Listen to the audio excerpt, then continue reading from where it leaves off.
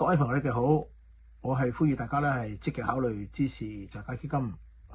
就舉行嘅第4屆籌款晚宴。在家基金咧係一個喺英國註冊嘅慈善機構，但係咧係一個香港人嘅組織。咁大家知道過去幾年咧有20幾萬人香港人過咗嚟英國生活，其中亦都相當之多啦年輕朋友過到嚟之後咧係需要處理同解決自己嘅升學啦、就業啦同埋事業發展嘅問題㗎。但同時咧，亦都好多年輕朋友咧係繼續積極咁參與在家基金嘅活動，希望幫助到一啲嚟到英國嘅香港人咧，可以盡快融入英國社會，建立自己嘅生活。咁所以咧，即係相當之有意義嘅。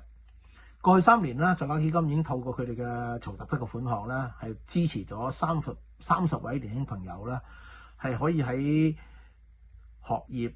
事業發展同埋咧係繼續參與香港人事務上面咧係作出咗即係一個均衡嘅處理。咁所以咧，我覺得相當之重要，相當之有意義，亦都係對香港社群一個好重大嘅貢獻。所以咧，今次佢哋會喺5月2日星期六咧，就會喺倫敦市中心旁邊嘅 Edgware 咧有一個籌款晚會，每張門票咧即係80蚊。咁到時個活動咧，除咗有呢個慈善麻雀王比賽啊、卡拉 OK 啊、一啲所謂個人經驗嘅分享啊，以至抽獎活動啊呢啲之外啦，亦都有一啲其他精彩嘅表演嘅。咁所以咧，希望大家盡量係考慮支持在家基金一個咁有意義嘅活動。